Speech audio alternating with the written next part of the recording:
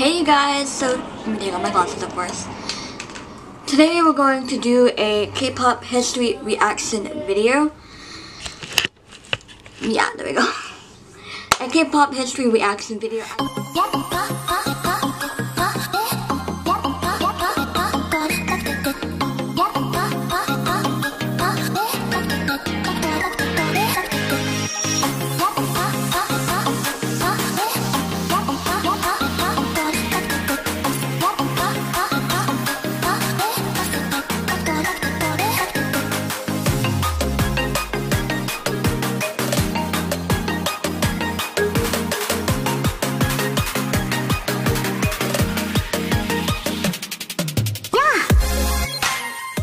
I've seen some K-pop history videos on YouTube and I thought it'd be fun to do a reaction since I'm getting into the K-pop industry now. You guys know my favorite K-pop band is BTS, the Bangtan Boys. I love them. But I also know of Twice, Big Bang, G-Dragon. Well, G-Dragon is in Big Bang, or he was, something like that. And NXT, I think is what it is. TXT, which is, I think, tomorrow, something like that, but right here. I know them, so I'm learning about I want to learn about the history, so I looked up K-pop history on YouTube, and this one is called 25 Most Important Moments in K-pop History, updated, and it was uploaded 8 months ago. So we're going to see how this goes, and it's about to start now. Okay, we're going to start it now.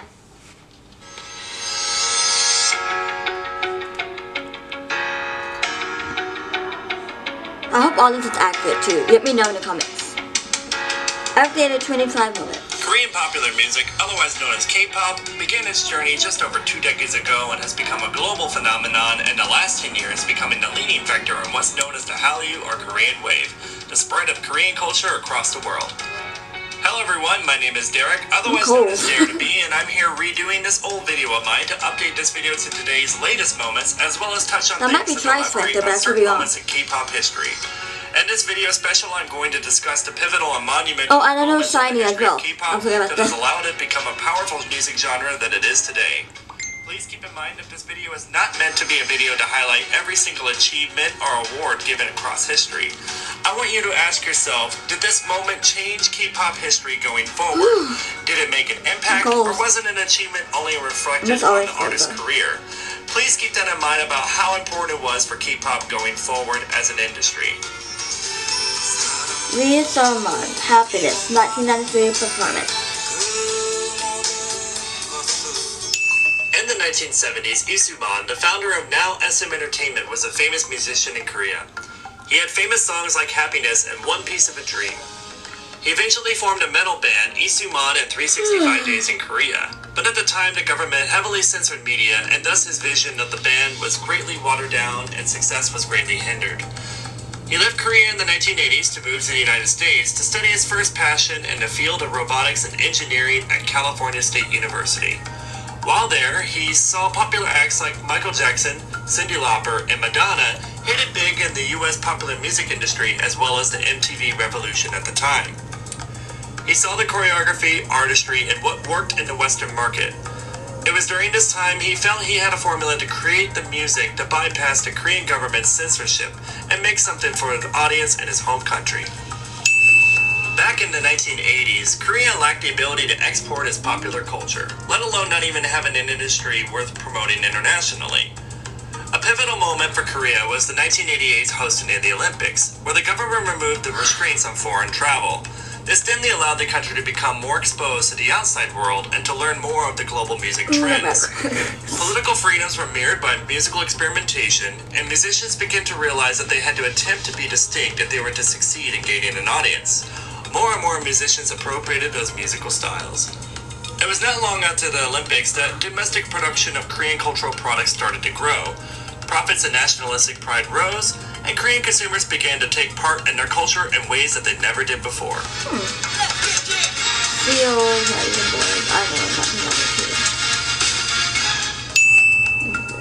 The birth of K-pop is often regarded to have begun in 1992 with the debut of So and Boys. which comprised of Sotaeji, Lee Juno, and the now founder of YG Entertainment, Young Hyun-suk. Their debut in the 90s was the first of its kind in the Korean music market with their song Anan Arayo, or I Know. They were a group that changed the face of music in Korea and were labeled as the first successful Korean band in mainstream music thanks to their innovative hybridization of creatively mixing genres of rap, soul, rock, techno, punk, and trot. In Korea, they're credited for introducing rapping during verses and singing choruses in a pop style with energetic dance moves that we are familiar with in today's K-pop music. While this was new to Korea at the time, this essentially took the best of Western cultural music and tailored it to the Korean audience. Lee Soo-man eventually went on to create SM Entertainment in 1995 and became the first music entrepreneur in South Korea and masterminded a new system to recruit, train, and produce new pop stars referred to as idols, where they are skilled in singing, dancing, and acting. Can't do 1996.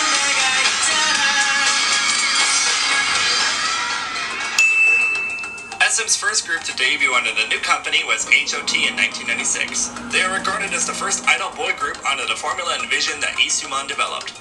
Their success paved the way for many idol groups to follow, such as Shinhwa, SES, Finkel, Zskis, Baby Vox, and G.O.D. I don't know any of them, I'm sorry, you guys. YG Entertainment was formed by Sotaeji and boys Young Hyun-suk in 1996, while singer Park Jin-young formed his own label called JYP Entertainment in 1997. Competition began, and the industry of K-pop was officially underway. I think now 2000.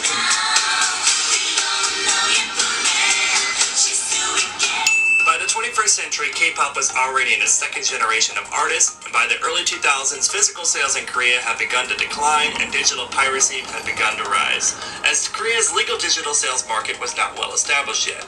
Therefore, Korea had begun to set a sense of going global.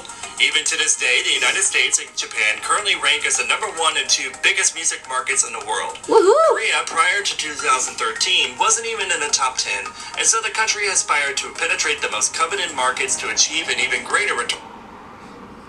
This is like a lot of reasons why I want to learn the history of K-pop and the history of Korea and history of Japan. There's so much to know and there's so much history there that I'm so excited to get into it and dig more and more and get into this type of stuff. So I'm happy. Return on investment.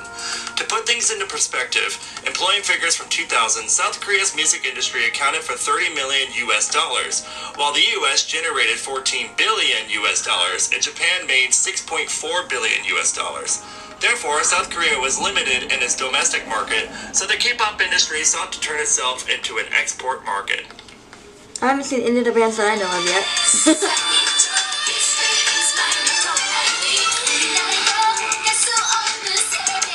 She's pretty though.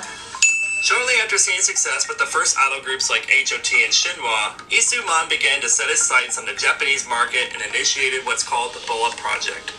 Pioneered as the first female singer who achieved success in Japan, Lee Soo-man claimed that SM reportedly spent roughly $3 million US in training BoA for 3 years in intense dance, vocal, and language training. In a time where YouTube and social media had not yet existed, BoA made her Korean debut in August of 2000 at the age of 13. Whoa. Her launch in Korea was deemed mediocre, but SM had collaborated with the top Japanese music company Avex as they foresaw potential in the Japanese market. BoA's name and image had a cultural ambiguity as she was not packaged as a Korean star, but instead underwent a sort of assimilation process by being able to sing, speak, and present herself as a Japanese star. She was thus repackaged and de-Koreanized, or Japanized, which was arguably the key to her success in Japan and became the rule for becoming successful in Japan. This now classic technique has proven successful for the K-pop industry, as BoA's debut album Listen to My Heart, as well as her Valenti and Best of Soul albums, all each impressively sold over 1 million albums. This significant feat came at a time when Korea removed its prohibition on Japanese cultural imports in 2002 since World War II, thus making her the first Korean and foreign artist to reach #1 on the Japanese Oricon charts, as well as her first 6 albums all claiming the top spot.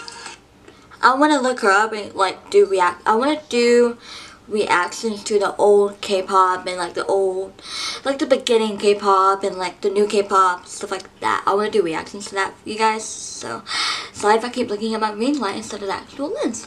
I apologize. BoA paved the way for Korean music labels to consider the Japanese market and also helped further K-pop's growth. In February 2000, the first Korean idol group HOT held a monumental concert in China for which the local Beijing Youth Report coined the term Hallyu Wave, which means somewhat intimidating cultural penetration from Korea.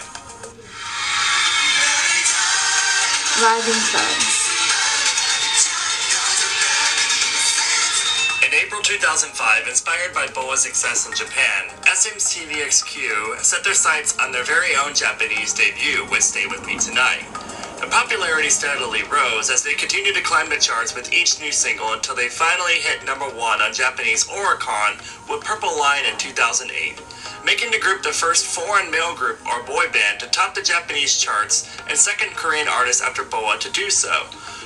Both BoA and TVXQ proved how K-pop can successfully cross borders through the execution of strict localization and hybridization strategies.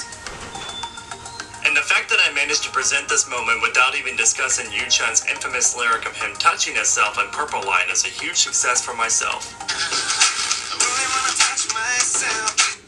Oh wait, just did. Moving on. Super Junior, Twins. I don't know. In November 2005, Super Junior was the first K-pop group to feature the first foreign idol member, Hangin, or Hangkyung as he was called in Korea. Back in the day, though, SM was reportedly fined for putting him on more than 3 different television stations, as there were restrictions for Chinese passport holders to perform on a certain amount of stations.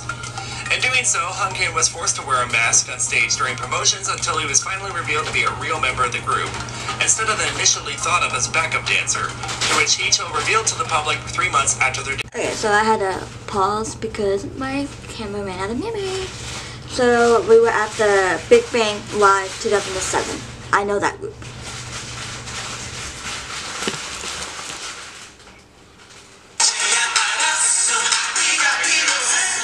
In 2007, there was a resurgence of popularity for idol groups in Korea.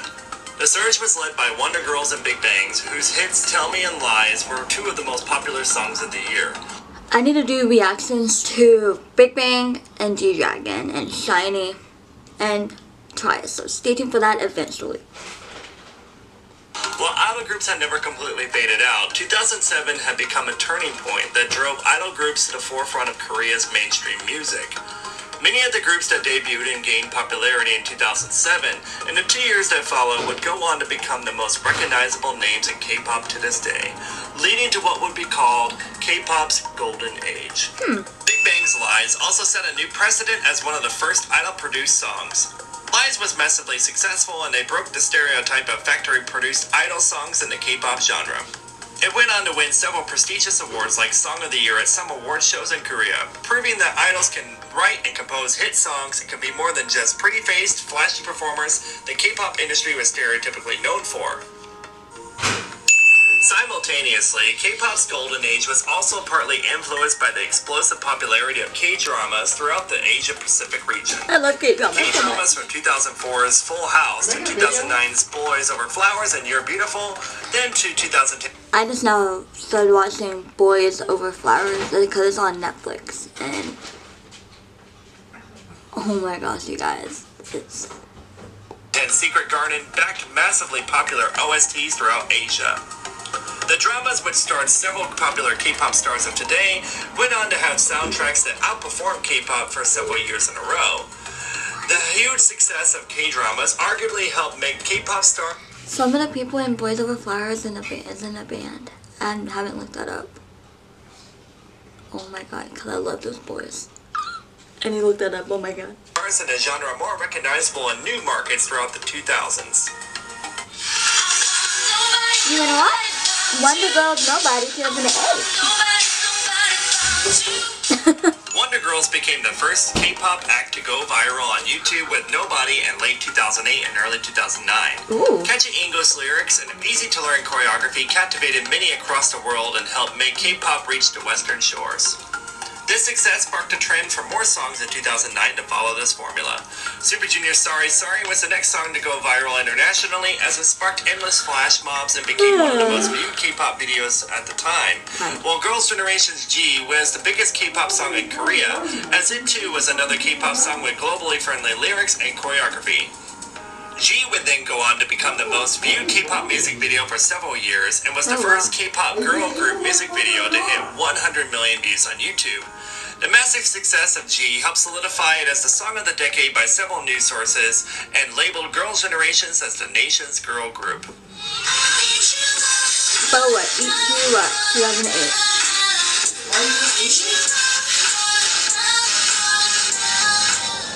As K-pop's golden age continued to shine in the eastern regions, K-pop soloists BoA, Seven, and Rain all began their American debut attempts since the US was the largest music market in the world. Starting in 2008, BoA released her American debut song. YG7 then dropped his first American debut song in June of 2009, and Rain had already begun to make a name for himself by topping Time Magazine's 100 Most Influential People Who Shape Our World in 2006 and 2007. He then would go on to appear briefly in 2009's Speed Racer and star in Ninja Assassin that same year. And after the Wonder Girls reached global success with Nobody, they too sought after the American market and released an English version of Nobody. And their debut attempts included a Nickelodeon movie, a US tour with the Jonas Brothers as opening act, and some American television promotions. All four artists sadly never achieved the desired results, but their experiences have demonstrated that K-pop and Korean music still needed time before reaching the success in the West. In July 2009, TVXQ members Jaejung, Shia Junsu, and Yuchun all filed a lawsuit against their label SM Entertainment citing slave contracts, excessive lengths of contracts, and unfair profit distributions. While this lawsuit would go on for several years and ultimately be in favor of now JYJ, this lawsuit shed light on the dark side of the industry internationally, causing many K-pop artists to have their own contracts renegotiated, as well as leading the government to set a standard for a maximum of 7 years for all K-pop contracts going forward.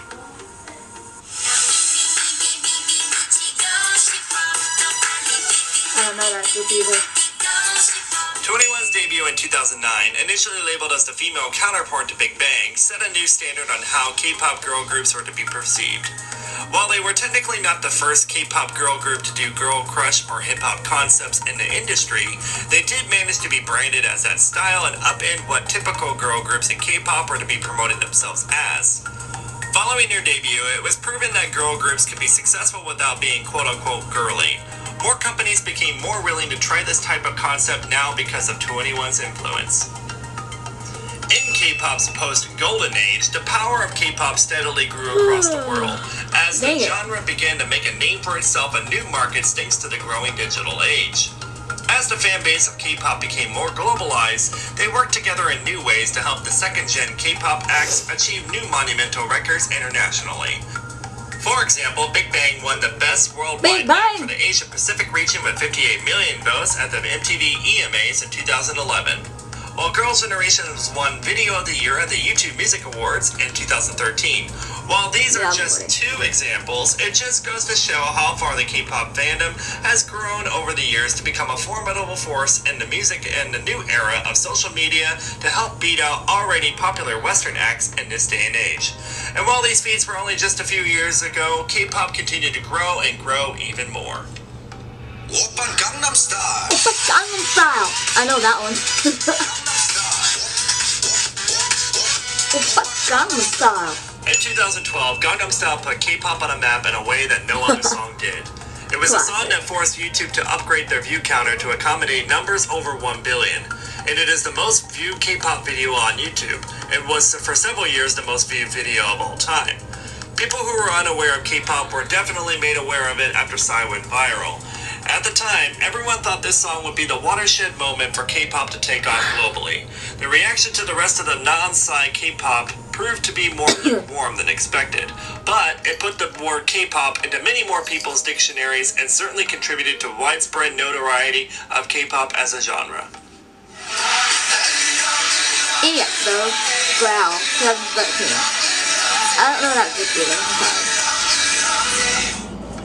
2NE1. In 2013, EXO became the first K-pop artist in over a decade to hit 1 million copies in album sales. Oh wow. This milestone was thanks to their global popularity and reach in new rising music markets such as China. While physical sales in general have been on the decline in the world, K-pop has managed to defy the trends and steadily grow their physical sales thanks to growing global appeal, a fan culture obsessed with supporting biases, and innovative album packaging that made albums worthwhile I collecting. love Korean album packaging so much. Elevated by Jonghyun. Don't know him either. On December 18, 2017, singer Jonghyun of SHINee committed suicide after suffering several years of Yeah, severe I depression. remember that now.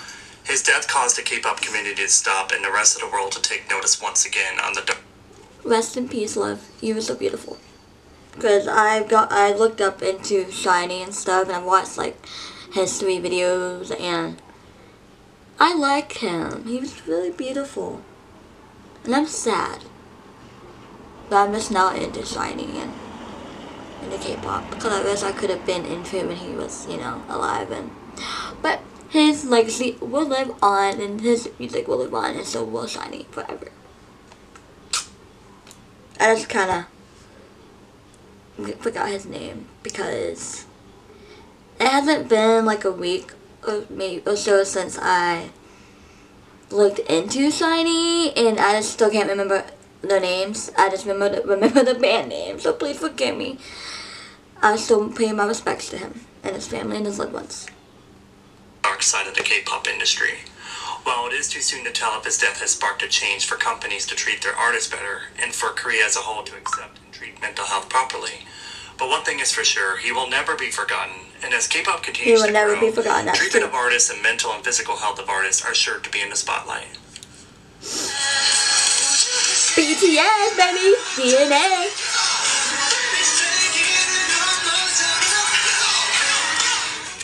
BTS performed at the American Music Awards in November 2017, marking what was the most high-profile appearance by a K-pop idol group, in other words other than Psy, at any American mainstream music industry event. The performance has only been one of numerous signs that K-pop I haven't watched the music video though for DNA, so we'll probably do a reaction to that. K-pop now appears regularly on Billboard and YouTube charts, and new records keep getting set with each comeback by the likes of BTS, Blackpink, Twice, and more. I forgot I have heard the name Blackpink? I've heard of them, but I haven't listened to their music. But I heard the name from another video. On a website, I don't remember, something like that. While it waits to be seen how much this lifts K-pop overall, there's no doubt that there are a good number of artists capturing attention outside of the original K-pop fan circles now. BTS has gone on in recent months to set new records such as the most viewed music video in 24 hours, as well as being the first Korean artist to be nominated for a Grammy. Records continue to be set, and the Western market has been broken. BTS has set the new layer in this foundation to help take K-pop in the now fourth generation. On January 28th, what's now called the Burning Sun scandal all began after a nightclub was accused of assault from an incident that occurred back in November. Big Bang member Sunni was initially tied to the incident simply because he was part of the directorship for the club. Please keep in mind that this is still an ongoing investigation, and what I'm presenting here is only a portion of what was brought forward by the police and the news outlets in the last few months. The investigation of this assault then led to accusations of a long list of illegal activities going on at the club. Then March 24, 2018 marks Shinhwa's 20th anniversary. They have continued to be the longest-running K-pop group in history and with its original lineup. Few K-pop groups stay together past the standard 7-year contract period, let alone past 10 and 15 years. But Shinhwa has set the standard and example that groups can withstand company separation, life in general, and industry changes. I wonder if they're still doing anything. I'm gonna look it up. In just a little over 20 years, K-pop has transformed the music market into a global empire that has reached the masses thanks to the internet, digital age, and the likes of platforms like YouTube. Who knows where it's going to be in the next 10 years, but as the genre continues to break records time and time again, it just goes to show that music has no language barrier. Well, there you have it, folks. These are just 25 of K-pop's most important moments in K-pop history. That was really interesting. I really want to look into some of the bands that they mentioned and do some reactions to the music videos into the songs, of course, and so I can get into more K-pop groups and into more idols, because it's my thing right now. I love it. I will continue to love it. I love K-pop. It's really interesting and amazing, and I want to know more history. So stay tuned about the more history stuff aspect and my reactions. So stay tuned for that, because there's many videos about the history of K-pop, because there's so many things that's happened, obviously, over the course of the years. So stay tuned for that, but do not expect anything about scandals or anything like that about the K-pop industry or anything like that, or if any of the artists in K-pop, because I will probably most likely not get into that, because I don't really want to get, like, I don't want a scandal, blah blah blah, you know what I mean. That's not what I want to talk about. I want to talk about the good stuff, you know what I mean. So yes, that's not what I want my channel to be about. It's the scandals and stuff. No, I want it to be about the music and the history. You know, if it's in the video I react to, then that's okay, but I'm not going to make a topic video about it myself, is what I was trying to get at. Yes, hope you guys enjoyed this reaction. Hope you guys continue to like my reactions. Let me know what you think. Who are your favorite K-pop bands? Of course, mine is BTS. And my favorite girl group is probably going to be Trias, even though I've barely gotten into them. And I'm barely into any girl groups, but I'm looking into them still. So stay tuned for more content and more reactions and more stuff. Hope you guys enjoyed. Don't forget to subscribe. Don't forget to like, and turn on notifications bell to be notified when I upload a new video. Sayonara! Bye.